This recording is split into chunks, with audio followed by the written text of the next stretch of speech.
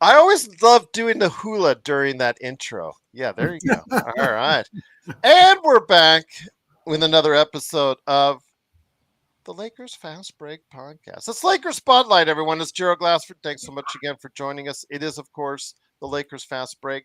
I also host the Pop Culture Cosmos, where we cover the latest news and trends in pop culture each and every week, twice a week, wherever you get your podcasts. Melinda and I had a great show that you guys, if you're members, have already seen because I gave you the video first of what Melinda and I talked about, including Wicked, Gladiator 2, and Can the Clouds Save the Day for consoles? So go ahead and check it out today.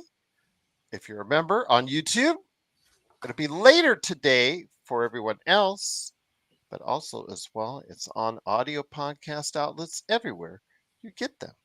There's also as well Inside Sports Fantasy Football if you need your late picks for NFL Week 12 or help with your fantasy football team. Chris Sardieri from the Domination Sports Nation and Joe Soro were on with me talking about that, plus also as well his Steelers. We go ahead and talk about, although that was before the loss by the Steelers, but go ahead and talk about with us at Inside Sports Fantasy Football, wherever you get your podcasts. Lifted said, I'm here for the Gerald versus the Laker Tom fights. I don't feel like fighting today.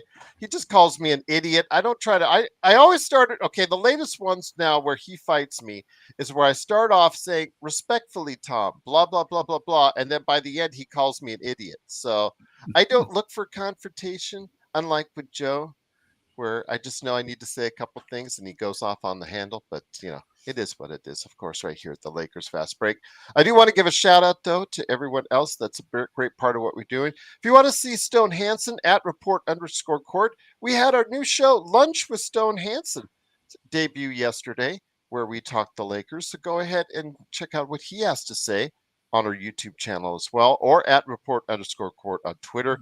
Plus, also as well, of course, our good stuff that's going on with Lakers in 5, Empire Jeff TV, John McCallion channel, Daniel Berry Sports Highlights, but also as well, of course, the stuff that we do with the legend, Alfred Esmond, and all the great things that we do, and Joe Soro. Don't forget his game, Corrupt, coming out next week on Steam, right there on Wednesday. Plus also as well, of course, the Lakerholics crew. That's why they're here. They're here to talk to me, but they're here to talk to you, but they're also here to go ahead and plug their great site. So listen to Michael Heinrich get a headache. You can actually see the headache that Michael Heinrich gets while trying to mediate between Laker Tom and Jamie Sweet each and every day right there at Lakerholics.com. You think Joe and I are good 5 days a week? Go ahead and check out Laker Tom and Jamie Sweet yell at each other. I think Jamie just pushes his buttons just because right there at Lakerholics.com. Well, the Lakers head in for tonight's game against the Denver Nuggets, so we'll go ahead and preview a little bit of that as well. It is, of course, the Lakers and the Nuggets coming up later tonight. The Nuggets did just play last night, so they'll be doing the road trip of doom where you have to go back-to-back from Denver to LA or LA to Denver. That's always the not fun trip because that's one of the farthest trips that's out there as far as for back-to-backs.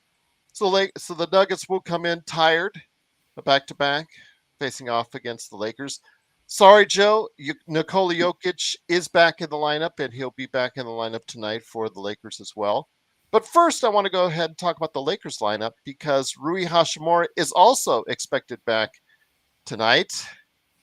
And JJ's comments during the week about Rui's return were kind of disconcerting because for however great Tom and myself and Joe have talked about how good a job JJ has done, it's sometimes those little things that irk me, like when Quincy Olivari is starring in the G League and he said, oh, I don't really have any plans to put him in the lineup a couple weeks ago. That kind of irked me. And then also this week, that irked me too. Yes, I mean it's because we say all the good things that JJ does, but hold on, Tom. Just a little add on to it. This week, he said, "Yeah, Rui's coming back, but I think Dalton's going to have to go ahead and be the one that sits down because of it, and we'll just find more minutes for him. The coaching staff will find 4 minutes for him." I'm paraphrasing, but it is something like that, where the coaching staff now has to find more minutes. So I asked you guys, I ask you guys today, first off, should Dalton Knecht, after his really hot 5 games, where he is the second rookie behind Jared McCain, he is averaging unreal. He's got 7 straight 20-point games, but right after that, it is, of course, Dalton Knecht. It's McCain, Knecht, and then there's this huge chasm where there's no other rookies that are competing right now for Rookie of the Year. So, guys, I ask you this. Should Dalton Knecht go back to the bench? I'm going to start today. First man up, first man here. Was it Laker Tom or Michael Heidner? Michael, do you want to go first? Yeah, I'll go first. All right. First man up, first man here is a good man indeed. It is, of course, our Hawaiian analyst expertise. It is, of course, Michael Heinrich. Aloha, my friend. I hope you all as well. I know it's early for you. Always appreciate you coming here. Your thoughts on Dalton Knecht going back to the bench? I hate it, personally. Well, I don't. And last night we saw kind of a demonstration of why we got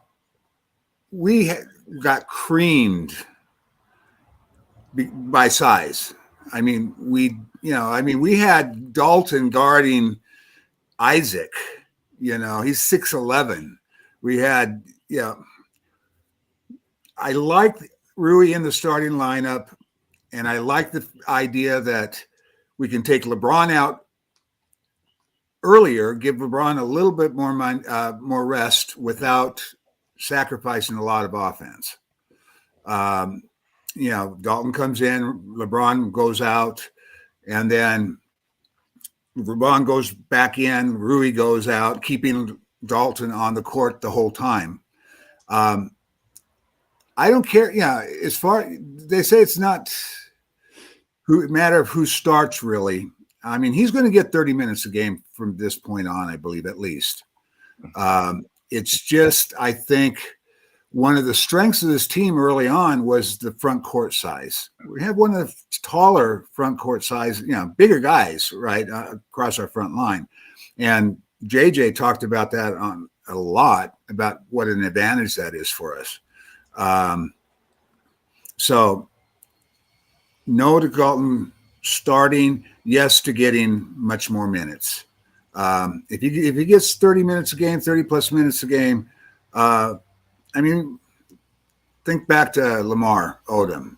Didn't start 30 plus minutes a game. He was basically, a starter for the most part. He just didn't start the games off starting. So I don't think it's that big of a deal. You get good spacing with Rui too. He's shooting 50% from three. And so you're not, and you got a little bit more size, a little bit more bulk.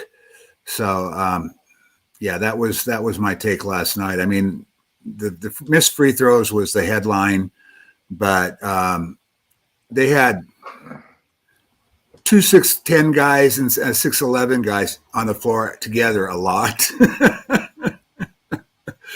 And they just crushed us on the boards. And so I like Rui starting, LeBron taking an earlier seat, giving him more rest. And Dalton can play through 2 shifts, So that's my take. Also here today is a good man indeed. It is, of course, the mastermind behind Lakerholics.com, along with Michael Heinrich and also Admiral Akbar himself, Jamie Sweet, and his 5 things. Of course, it is Laker Tom, the most prolific one. Are you still the most prolific? I don't know. I haven't checked up on that lately. At one time, I haven't been as prolific as I used to be. Okay, so you were once the most prolific Lakers writer that's out there. It is Laker Tom, and Laker Tom, again, before there's also already a trade proposal that has been brought to your attention. I will go ahead and touch on in a minute. So I didn't forget that, guys, and I do see you in the chat.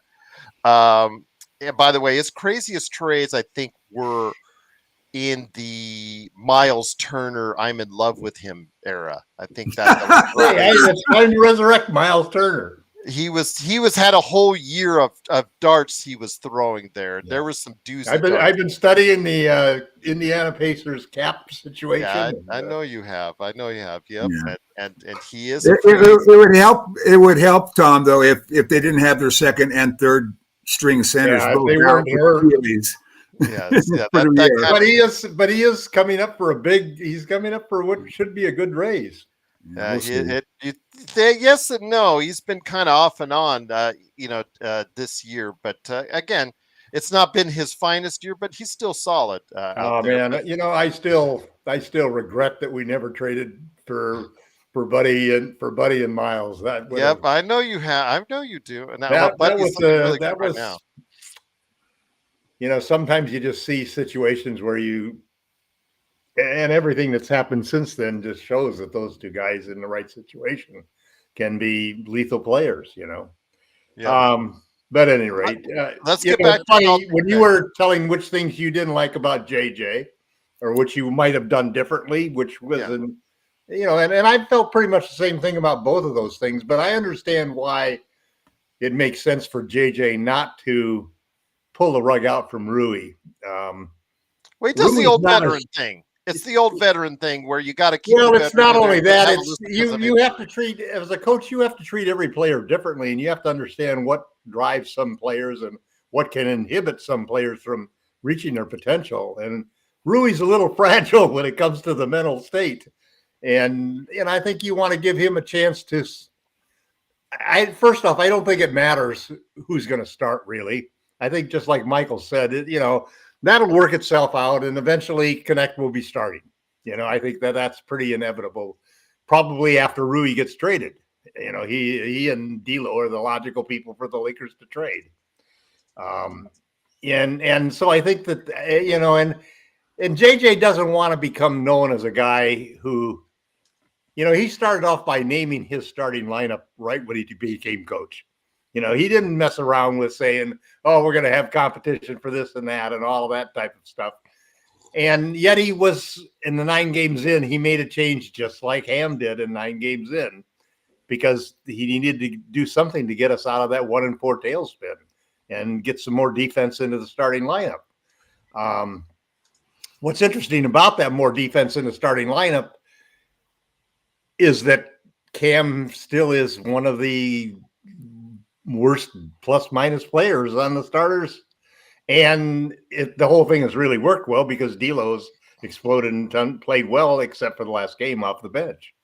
I don't see it as well. I mean, he's been a mixed bag coming off the bench. Well, considering what we had before coming off the bench, then when the bag has been empty, and then when you consider that you robbed the bench because of injuries and you pulled Dalton into the starters, I see my feeling. I understand why JJ's doing that as a coach, because you want to build your players, and he knows it's not going to matter, and he knows that eventually whoever is going to work out in that situation is going to become the starter. And the Lakers definitely need improvement in the starting lineup, but what they really need is defensive improvement in the starting lineup, almost more than they need offensive improvement. Reddish provides a little defense there, and we are sacrificing some offense with him. We're sacrificing some points with him. Ironically, can I interrupt just for a second? Can I interrupt you on Cam? I was thinking about this.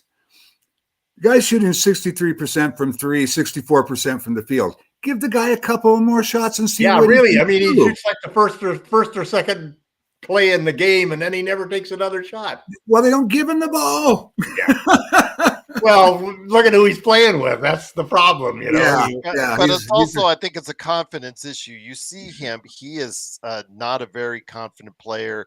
Right. His shot is shaky from the outside, and you see him. It's like an adventure whenever he takes the ball inside. Right. So we all, but getting back to the subject we were talking about, Michael's right. I think that I would probably felt that I've been screaming for size has been our big problem. We need a second center starting with AD. Mm-hmm. And Rui is the closest thing that we have to that at this point in time, that can go up there and still be able to score offensively and so forth. And we're playing the team that we're playing the team that we were supposedly trying to build to beat, even though that probably what we should be building today is somebody to beat the Celtics, because they're the team that's going to be in our way. It's not going to be. Well, what you were asking about, and I got two questions coming up. Now, OKC, if we get some second size that we're talking about, we can handle OKC. It still is the Celtics who have 5 3-point shooters and 5 good defenders on the court. That's like a dream combination. I've got two questions coming up for you from our chat, but before I do, you mentioned Cam Reddish, guys, about not getting touches. When he was coming off the bench, remember, Dalton Knecht was not getting touches. He was not getting in a rhythm. And Tom, especially as a shooter, you need touches, you need rhythm in a system. Him going and being a starter has been the best thing for him because it gets him into the flow of the game. It gets him to where he feels. It also gets us off to a good start, which we haven't been doing in the past. Yeah, I agree with you 100%. And you always talked about more threes. I'm not talking about 40 or 50 threes like Jamie was joking with me the other day on our show. 43s would be good for us. But even if you increase it with 3 or 4 more a game with Dalton out there, I just think it's more beneficial for the team. It opens things up. I'm a big proponent of Dalton Knecht. Again, I've been on it from day one. I saw him personally live. I don't want to go into the whole thing, but I just, like I said, Dalton Knecht being in the starting lineup, I think is more of a positive than it is a negative. Yeah, I don't think it's going to be long before it happens either. Well, let's hope that's the case. If JJ is as smart as you say he is. But there is something to what you're saying about, and it's a factor with Rui just as well as it was with Dalton, that there are some guys who play better as a starter. Mm-hmm. And it's really rare to have a guy who can actually come in off of the bench. One of the interesting things is D'Lo off of the bench. I'm sure that D'Angelo is not ready to say that he's not a starting point guard in the NBA any longer. But you wonder at some point in time in a guy's career, and how old is he now? He's 30. Is he 32? He's 30. D'Lo is 30. He's 30. At some point in your time in your career, it maybe isn't that your ego is running things, but you want to be a winner. And you'd like some stability, I don't know. I'm one of those people that think that anything's possible with Rob Pelinka, that he might not do any move just to save the goddamn picks. And also get the money because D'Lo isn't expiring. JHS is expiring. So that's $22 million coming off your books. That cleans up a lot of issues. And I know one of the questions. Well, hold on. I know one of the questions in the chat was, well, why can't we just go get a guy like Markelle Fultz off the street or this person off the street? Because he's not D'Angelo Russell. But he can't shoot like he does. He can't make like he does. They're talking about for Gabe Vincent, but you can't get anyone right now because you are so close to that second tax apron, and it's clear. And he's trying to make a trade. He's trying to make a trade without giving up one of the firsts. But he's also the problem is that nobody wants the guys that we're trying to trade. You need to have draft capital to get them to move. I think the bigger problem right now is the few teams that are willing to trade people are asking a king's ransom for those people. Those prices will start to drop eventually, but right now it's so early, and there's so few teams that are considering moving anybody that it's going to be a while before, there's guys out there that they want 2 first rounds for that aren't even worth 1. So that's why we're going to end up with Valanciunas. Well, again, there's also the fact that, we can't just pick up anybody and waive somebody because we're so close to the tax apron. There is obviously an edict that's been laid down by Jeannie. Do not get over the second tax apron. Yeah. And we're $30,000 away from it. So there's no moves we can make. We can't just go ahead and waive. And you're not going to make any moves unless you're willing to give up some draft capital. Yeah, exactly. It's all tied together. So I've got this. Speaking of which, there was a question in the chat earlier in the chat. Wanted to go ahead and say, Gerald, please ask Laker Tom what a package of Dalton, Reeves, and 2 firsts can get. Dalton, Reeves, and 2 firsts? Yes. What can that get us? Well, for getting matching salaries and so forth. Two white guys that should be enough to get you anybody that you possibly could get that would even come to the Lakers. I mean, I don't think, first off, the Lakers are going to. I mean, I've been talking all during the session about how the fact that I'm really frustrated because I don't think that Pelinka is willing to take the risk of going all in for this championship, despite all of the signs that we've got a healthy LeBron and a healthy AD, and we got Dalton Knecht and we got Reeves. I don't think that he's going to trade any of them because he's playing some sort of a long game all of a sudden, that he's got JJ Redick as a head coach who is going to be on the right path. And so he's not going to do any patient, crazy moves because he knows he's got to make a transition from LeBron James. And we haven't seen how this team can win without LeBron James yet. And God knows whether they can without him. So he's going to hold off and not use those picks at all is what my prediction is. He'll get Jonas for a bunch of seconds and make a couple of deals and so forth. And that's going to be LeBron's legacy in the line as far as I'm concerned. I'd go out and get Robert Williams tomorrow rather than waiting until December 15th to get a guy who never shot 30%, never blocked one shot, never got over a half a steal in a game. And he's a slow guy who is basically more offense than defense.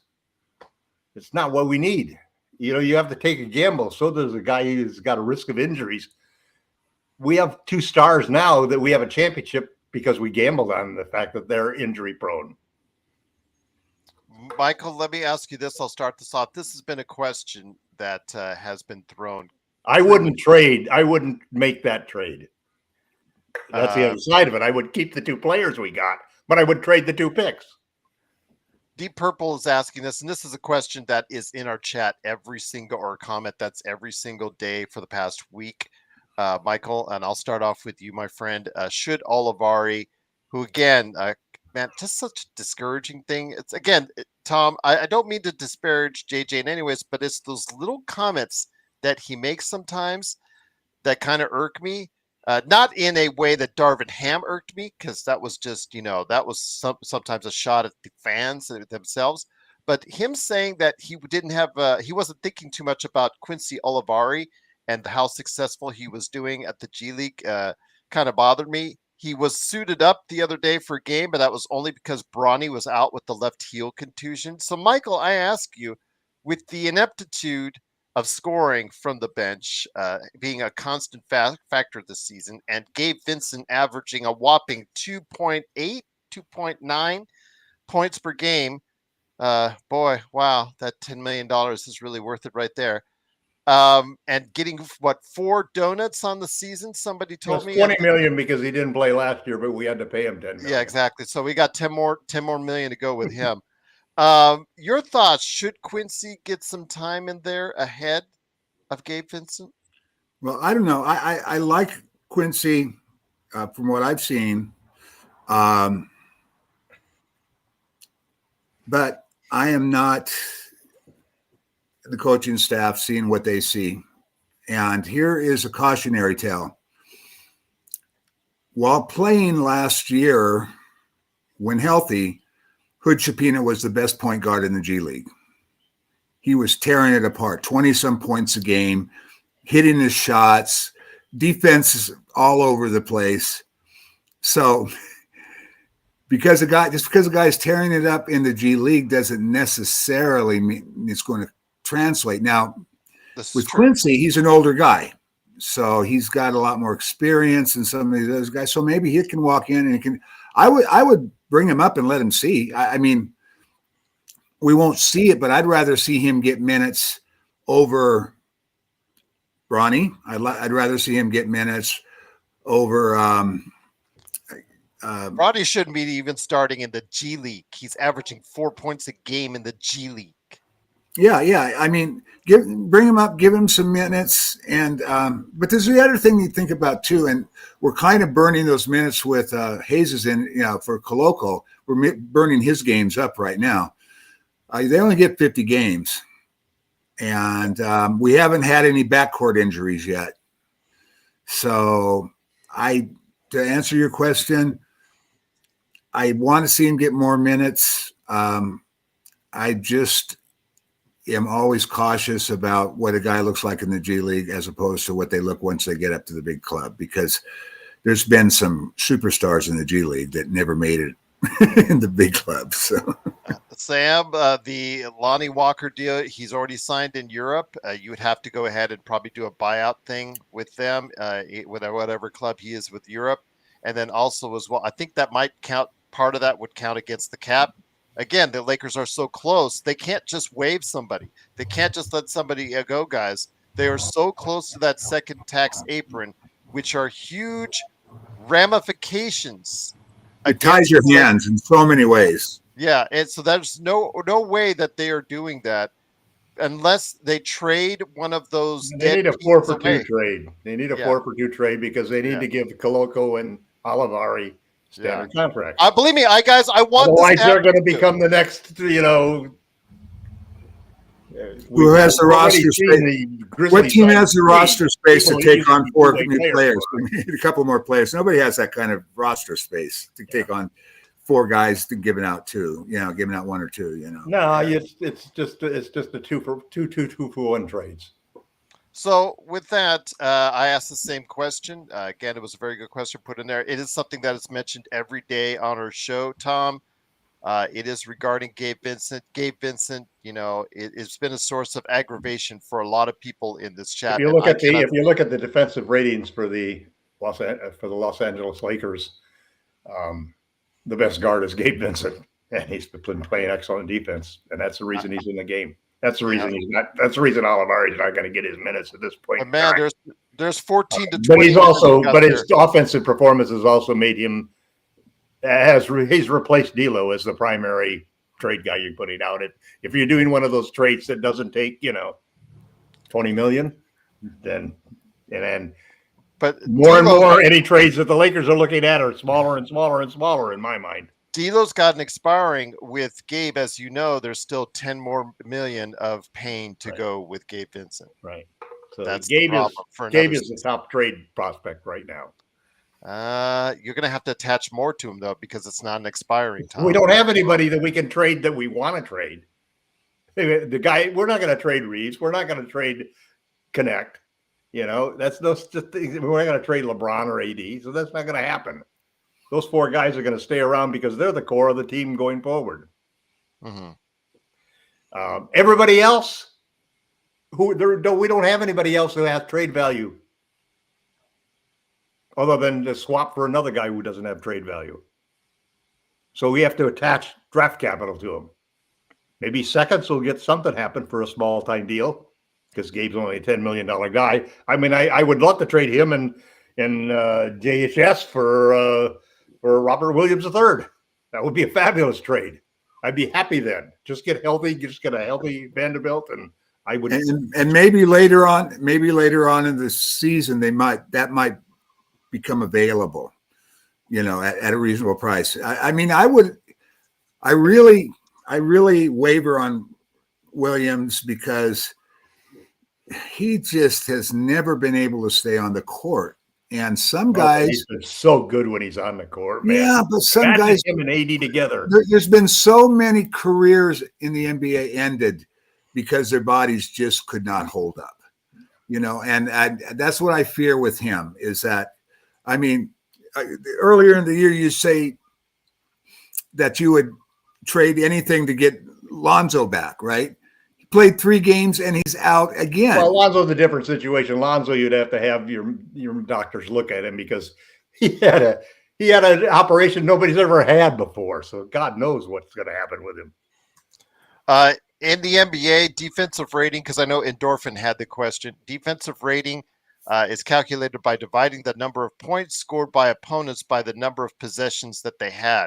So the formula is defensive rating equals points allowed divided by total possessions times 100. A lower number indicates a better defensive rating. So per the 100 possessions that you guys are talking about, it is, of course, you're saying that from the backcourt position, Gabe is it. But again, Gabe is just such a minus out there offensively. Well, he has like 000 games, man. He's like he's had 4 4 donut games.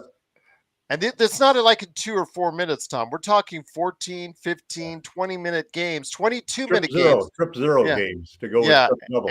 And that, the Lakers, Michael, have become a team that seemingly, with their defensive inefficiencies and also their transition defense is absolutely horrible. And anybody who wants to fight me on that, it's just got to look at and see it. That's because we're slow and unathletic. Yeah, there you go. So it looks like we're just outscoring teams at this point in time for the most part. And again, I'm feeding into that. So that's why I want Dalton to stay in the lineup, because personally, making sure he is constantly fed in that offense is more important to me than maybe 1 or 2 possessions right now that you have a Gabe Vincent out there. I agree 100%, Gerald, but here's the big problem that presents itself. What is Dalton Knecht's position? Shooting guard, small forward, depending on the lineup. What's he going to start at? What's he going to start as? Well, I would put him ahead of Cam Reddish personally. So shooting guard has to be, because he's not big enough to play small forward. You put him at small forward, and it's that same thing where we're watching the 6'9", 6'10", small forwards shoot over our 6'5", 6'6". And Rui is not exactly the best at guarding threes himself. You need another big man like Williams, which means that there is nothing left for Knecht other than to play guard. Well, if you want Williams in there, I'm not going to argue with that if he's healthy. That's the problem. But Michael, let me get your thoughts on I take Walker Kessler. It's the same situation. It's just a great defensive player. Feeding into the offense seemingly during the course of the season is something I think a lot of teams, it's not just the Lakers. I see a lot of teams right now feeding into their offense as opposed to prioritizing defense at this time. More offensive players than there are defensive. Well, here's another thing with Knecht as well that I noticed last night. Last night was the first night that I saw teams had schemed for him. Schemed for him, right? And it made his life very difficult. Still scored 17. He still scored 17, and he was 2 for 5 from 3.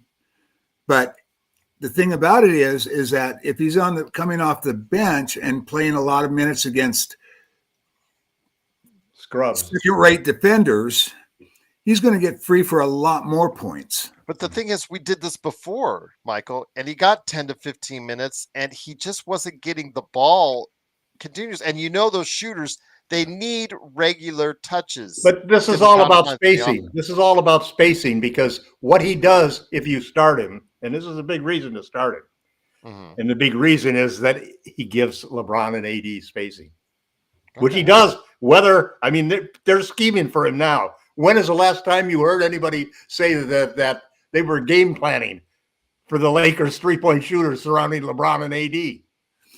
Nobody game plans for those guys. Now they all of a sudden game plan for Knecht because they realize that he's the kind of shooter who can hit 9 threes. That's a big difference, and makes a huge difference in the defense that LeBron and AD face as starters. And that's why he'll eventually, and it won't take long, he will be the starter because of the spacing that he provides. The only thing, though, with that lineup, again, is Vando, who's out another couple weeks before he's reevaluated. And this seems to be continuously going on. What a disappointment for us guys. Michael, your thoughts on the continual Jared Vanderbilt issues that the Lakers have been experiencing before we get to our super chat right there from Arthur. Well, the good news, bad news is that he hasn't had any setbacks. It's just that the ramp-up period is taking longer than they had hoped. But he hasn't had any setbacks, so he's not worse. He didn't re-injure anything, none of that kind of stuff. It's just that he's not rounded into shape as fast as they would have liked to. So, I was watching the Sportsnet the other day, and they expect him probably to be able to play within about 2 weeks. Well, I thought that was reevaluated in 2 weeks. No. They said on Sportsnet, they said he could be probably ready to play in about 2 weeks. So now it's Wood that will be reevaluated later on in December. Okay. Because he had a setback. So that's been the most disappointing part of this year so far for me, is that we haven't stretching back to last year, still haven't seen what our team looks like yet. It's so frustrating. There are franchises that have never won a championship that have had multiple years like that. Now, last night, for instance, would have been a good example. If we would have had Bando, I can guarantee you that Watt Wagner would not have had the same success because Bando's 6'9", 6'10" also, and he can stay in front of anybody. He can stay in front of tiny point guards. Well, Anthony Davis gave up too quickly. If you're a defensive player of the year candidate, you do not let a switch to Reddish in that situation. Yeah, but I'm not even talking about that last shot. I'm talking about throughout the game. Yeah. You still have to hit your free throws as well. So yeah, well, that was 95 out of 100 times that game played again, we would have won. Yeah, I mean, it was one out of 7 down the stretch. Win tonight to take that bad taste out of our mouth. And the weird thing about it was that Austin missed 2 and AD missed 3, and they're our 2 best free throw shooters, and that just never happens. But that's another thing that was so frustrating about that game is that doesn't happen ever. And you can see it happening, though. You can see it happening when it was happening. I'm sitting there, my wife is sitting there, and it's crazy. My wife has become like a fanatic over Dalton Knecht. I think I had a big red. I mean, it's a shot. I think I had a big red spot on my forehead from slapping my head after each miss. It was like, no, don't let this happen. Don't let this happen. Please, don't let this happen. No. I'm the president of his fan club. I know we talk about president of fan clubs, so I'm going to put myself as the president of Dalton's fan club.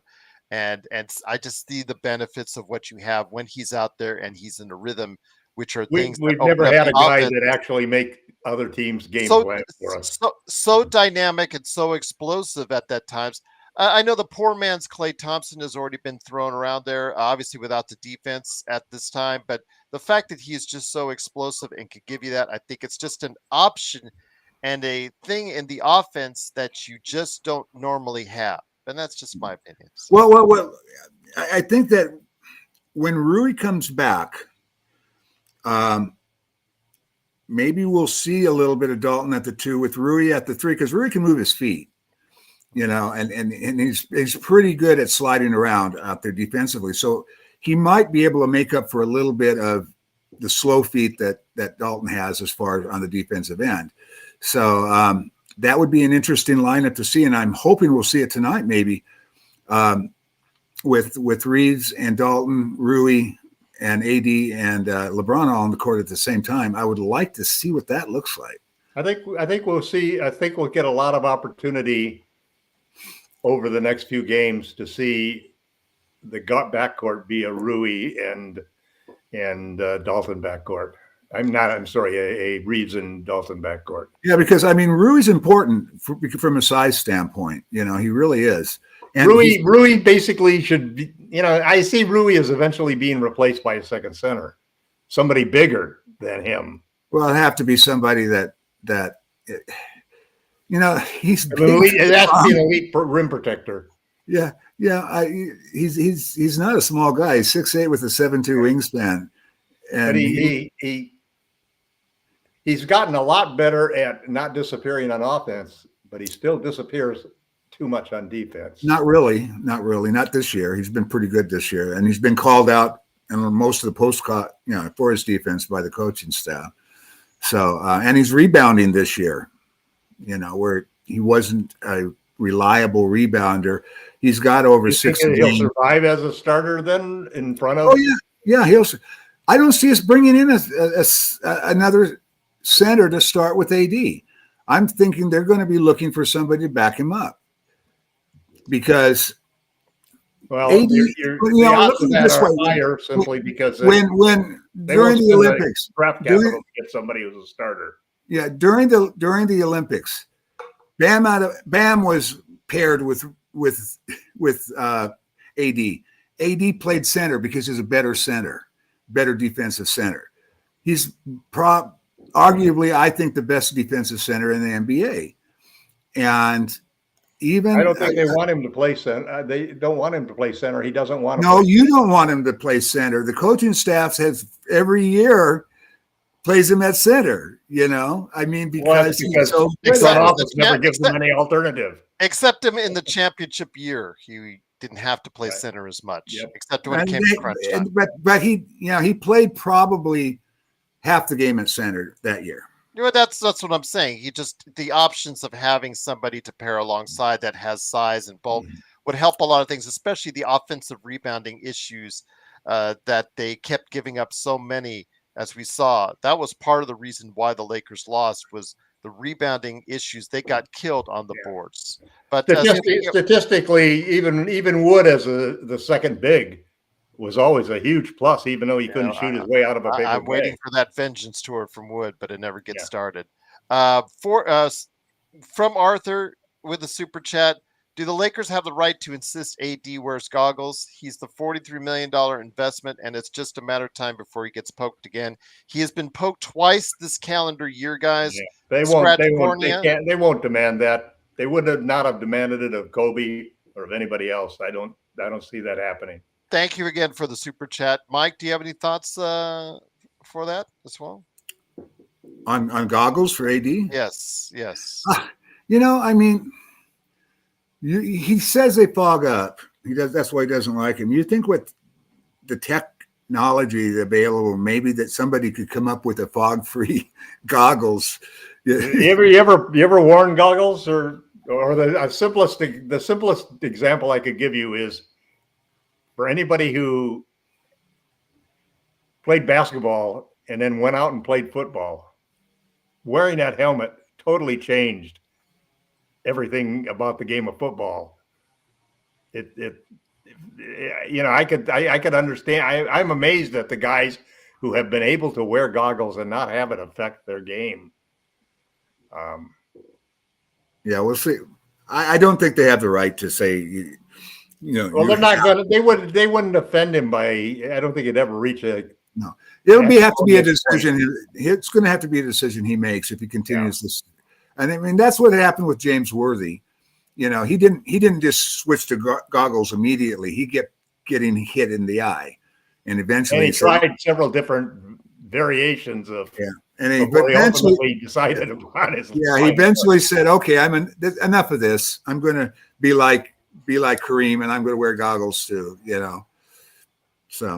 So before we head on out, guys, I want to go ahead and touch on tonight's game. It is, of course, the Lakerholics crew, Michael Heinrich and Laker Tom. Please go ahead and catch what they do each and every day at Lakerholics.com, a great site to go ahead and interact with other Lakers fans, plus great articles and more. Also, as well, you get to see Michael play Switzerland each and every day between the actions of Laker Tom and Jamie Sweet at Lakerholics.com. The truth of the matter is that 90% of the time, Gerald and I agree. 90% of the time, Jamie and I agree. 95% of the time, Michael and I agree. But then there's that 10% that 90% of the blog deals with that 5 and 10% that we don't agree. And there's that 10% where Jamie tries to go ahead and intentionally push your buttons because he likes to do that. But well, I'm always eager for anybody who wants to push my buttons. I'm not. I'm just telling you like it is. It still upsets you at times. So I'm trying to get out of here without you yelling at me for once. But before we head on out, it is the Denver Nuggets coming in tonight against the Los Angeles Lakers. The Denver Nuggets are playing on a back-to-back, and this 4-point favorites are the Lakers. Yes, that was something somebody asked me about the line on that. And they said it was too early to tell, but it is 4 points as of now. I think because of the back-to-back, Jokic is back in the lineup. Everyone, he did welcome a child, so congratulations to him. Him and his partner had a child earlier this week, so he's back in the lineup. He was back last night, so sorry, Joe. He is back for this game, but they will be tired. Always make the Lakers game. Oh, yeah, of course. Yeah, there was no doubt. I had no doubt in my mind that was going to happen. But when it comes right down to – go ahead, Michael. The good news is that the Laker killer, Eric Gordon, isn't playing. Mhm. I mean, people think it's the Joker. No, it's Eric Gordon is the reason why we've been losing to this team over and over again. So many dunks off of the corner. I mean, he all of a sudden he turns into a 70% 3-point shooter when he plays us.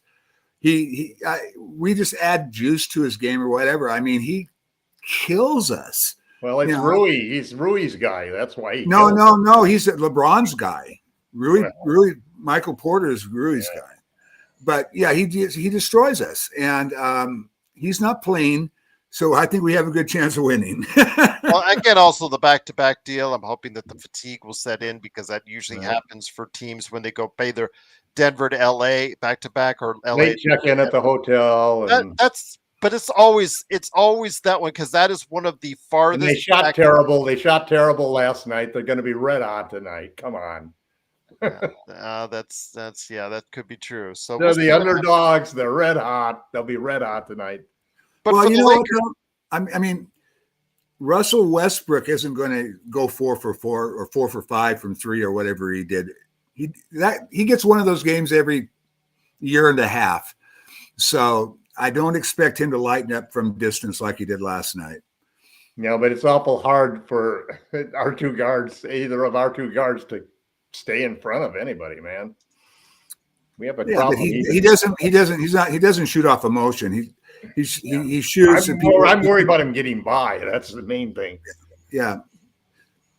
But I will sit outside as many as he wants. Oh, but with that, again, it is of course Denver and LA. LA needs this victory to stay. So what's your prediction, Gerald? I think the Lakers are going to win this because, again, the bad taste in their mouth from the Orlando loss. I think that you usually see a team that's motivated to try. Could help us. That loss stings because right now, if they'd have won that game and they win tonight, that would put them right there. Who's the next game after this game? Suns. The Suns. Okay, we win those two games. I've heard somebody on X came back and said, okay, win those two games, and I forgive the Lakers for blowing the Magic game. So I'm stand behind that too. The Magic game is one that you lose every so often. I think AD is going to. He's been motivated all year, but I think he's going to take that motivation up a notch because of all this is our arch nemesis. Yeah. Plus, he missed those free throws down the stretch, so he's going to take all three of our stars choked out on the free throw line. Yeah, so he's going to be super motivated to step up, and he always is against the Joker, and he generally has a good game against Lakers by 20. Well, again, that's what happened. Well, Darren, again, we've always mentioned on this show, Joe, myself, talked about LeBron's defense being soft. We all know he takes plays off on defense, and it does cost you on the defensive end. But then again, he takes quarters off. Doesn't take plays off, man. Sometimes he takes quarters off. Yeah, that's true. That's a very. But when he plays, the truth of the matter is that when he plays, he's probably the second best defender we got on the team. When he's locked in, he's still good. When he does that really turn back the clock, because so when somebody either talks smack to him, like a John Morant, or he gets like a foul call on him on the other end. Then he gets all excited. Then he gets all up in everybody's face and defense and all that stuff. And then he starts turning back the clock like he's young LeBron for like that 1 or 2 plays because he's all mad. When he's mad, he does that. Yeah, but us old guys keep doing that until Father Time kicks us in the butt. Well, yeah, and then there's the other 38, 40, 50 possessions where he takes those off. He plays good defense down the stretch in fourth quarters. Yeah. He generally does. Only when he has to. But again, he leaves so many plays undone. I understand Darren's frustrations with that, but he is having the most efficient season of his entire career. And due to the metrics, it was I heard this the other day, he is in the top 10 in the metrics, both him and AD, which is the reason why the Lakers are, or a big reason why the Lakers are where they're at, guys, is because in the metrics, they have 2 top 10 MVP candidates right now on the offensive end because they're doing so many good things. LeBron is so efficient. Even though he's going to the basket less, Tom, he is shooting so much more efficiently. I posed this question to Joe the other day, and I understand. I don't want the GOAT debate, guys, because, again, That's a big, huge debate on another day for another time, and it never gets solved. But what if LeBron had found this efficiency in his game from outside earlier on in his career, Tom? Because he is just doing such a great job at shooting right now from the outside. It's really remarkable, and in many ways, what he reminds me of, although the athleticism and the style of shot that he shoots is so much more efficient, but he reminds me of the guys that have learned to shoot as their career progressed, and it's generally been a trade-off for athleticism. Yeah. Whether it was Magic Johnson or Jason Kidd, or even centers like Brook Lopez, that all of a sudden after 10 years became a shooter for the next 5 or 6 years. I want to get back to the question. You skipped me on the second half of the Olivari question. Sorry. Okay. My apologies. So one of the things that has really impressed me is that the coach's attitude toward taking 3-point shots really affects the entire team's approach to shooting threes, their confidence in shooting threes, their ability to shoot multiple times in a game of threes or to keep shooting if they miss. The one man who has always been the best supporter of 3-point shooters in history was 7 seconds or less, and he always knew that he would never criticize his players for shooting. They had a green light. Every guy who went on the court had a green light. Well, JJ doesn't necessarily give every guy on the court a green light, but there's nobody who hasn't taken a 3-point shot now that I think about it. Hayes has taken one. I saw Koloko take one. And it's interesting that Olivari, I understand all of the criticism for the stats from the G League, but what impressed me about Olivari was his play, in the summer league. When he put him in, every time you put that guy in a game, he scores and he plays aggressive, assertive defense. One of the things that's really important about the Lakers this season was drafting Knecht. The hiring of JJ will be the move of the year. The drafting of Knecht is going to be really a second place thing. And if they really have a star, a guy who could be an elite backup point guard in Olivari, I think the kid should get minutes. So, I share your disappointment in JJ's response on that. I think that his support of Gabe is one that is supporting his defense and supporting the fact that he's going to be probably our main trade prospect. But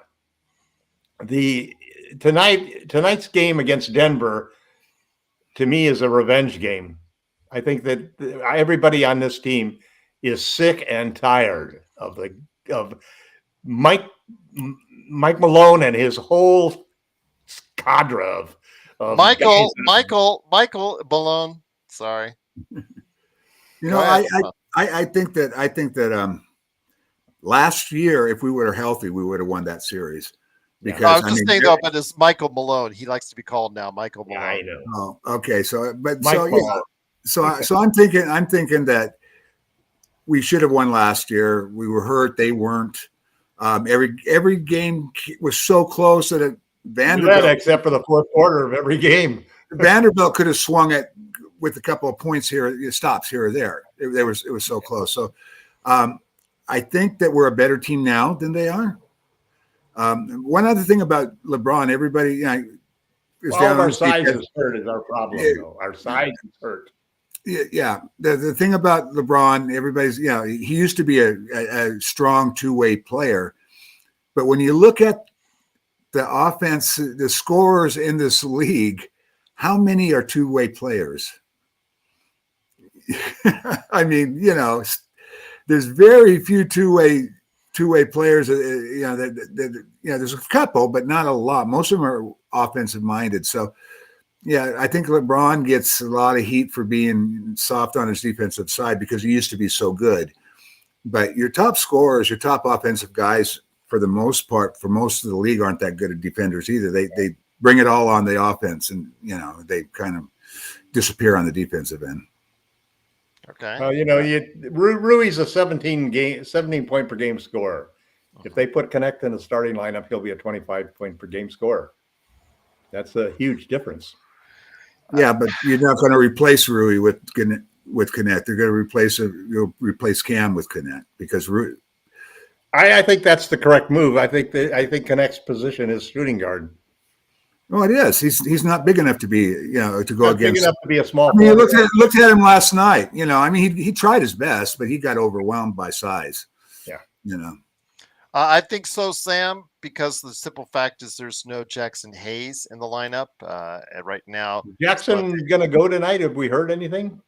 He is still been out longer because he is out another. He's got the high ankle sprain. Yeah. So he is out at least another week. I think it would be expected on that. But I thought they said they were hoping Rui was going to come back first, and then it was going to be Hayes at a later period. So that's the good news is this week, and that Saturday is this week. The good news is there's nobody behind the Joker that's anybody to worry about at the center position. So Koloko will be just fine. But I also think Rui, Sam is insinuating, since there is a body of work, he'll probably get some looks against Jokic as well tonight. I do think that. Oh yeah, they'll switch on to him like they they want AD to roam free to be able even to, if AD is out there, they'll have some possessions with Rui on him. Rui's a strong dude, man. Yeah. Well, you don't want AD to get in foul trouble, man. If AD gets in foul trouble, then we're screwed. Yeah. Loco. You can put when the Joker is beyond the at least beyond the free throw line, you can stick Rui there because it takes him so long to back Rui down because Rui holds his ground. So you're going to see that. I think you'll see. I don't know if you'll see him out there alone against him with AD on the bench, but you'll see him guarding. Regardless of whom we guard him primarily with, I think that we're inevitably forced to double team a player. Like you cannot guard guys like Jokic and he's just too hard to guard single. You're gonna have to rotate. You're gonna have to learn to pre-rotate and to make smart switches and just to make sure that you don't let him kill you. We'll have to see how Jamal Murray does. He hasn't been having. I think he's in a real slump. He's overpaid. He's never. I don't think he's ever been worth a max contract ever, to tell you the truth. I mean, he's a solid, good player. He's a $30 million player, but I don't think he's a $50 million player. Just wanted to go ahead and check in with everybody. Anthony Davis with his plantar fasciitis is probable for the game. He's probably going to play today. Jackson Hayes, Bronny James, Quincy Olivari, Jared Vanderbilt, and Christian Wood, who was stationary shooting. I just saw earlier today on shoot around. So he is getting a little bit closer. He's doing some standing shots. All those guys are out for tonight. So no Quincy, even if we wanted to, guys. So he has the right. Is there something unique about Jackson Hayes having a dot in front of his name? No, that's just separating. Or did they just forget to put the dots in front of all of the other guys' names? That's just separating between the ones that are out and the one that is probable. So, I don't think there's anything but by that dot other than just separating the ones that are out. So Jackson Hayes, Bronny James, Quincy Olivari, Jared Vanderbilt, and Christian Wood are out for tonight's game against Denver. So there you guys have it as far as that's concerned. Rui is back in the lineup. Guys, again, I still have my concerns. I just feel that the one thing that JJ he needs his touches, Tom. Tom, you know best. As a shooter, he needs his touches. Yeah, but JJ said that regardless of what happens today, he's not made a permanent decision as to whether Dalton Knecht will remain a starter long term. So I think he recognizes that, and I think that this is. I think that he's taking care of Rui. He wants to give Rui's an existing starter. I don't think he wants to be known as a guy makes quick changes and well, so forth. Him being a player and a recent player. I understand that he knows about the old traditions where you don't take out the veteran. Man, we need Rui tonight. We need Rui to have a great game tonight. We do need Rui to have a great game tonight, Michael and Tom. Michael, any last thoughts before we head out on tonight's game, or anything going on with the Lakers or the NBA, my friend? What's your prediction? Well, I think the Lakers win. I'm not going to put a point spread on it, but I think they win the game. Normally, I would say that with Gordon out, that we would have we would have a lot more offense, but we'll see what happens. I don't like Denver's second unit that much, and so they haven't solved the Joker resting puzzle yet. They fall apart whenever he's off the court. So we should make some hay while he's resting. So, the Lakers win. I'm not going to give a point spread, but the Lakers win. Okay, fair enough, my friend. Laker Tom, your thoughts on tonight's game, and also what you and Michael are working on at Lakerholics.com. I've been still focused on Robert Williams. I think that he's the apple of his eye, apple of Laker Tom's eye, right there. There you go. I think he's worth a gamble of a first round pick, and I hope the Lakers go for him. I think that tonight's game, it's really frustrating to think that your front office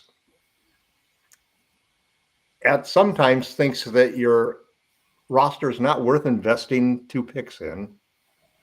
And at other times they think that they're too good to invest 2 picks in.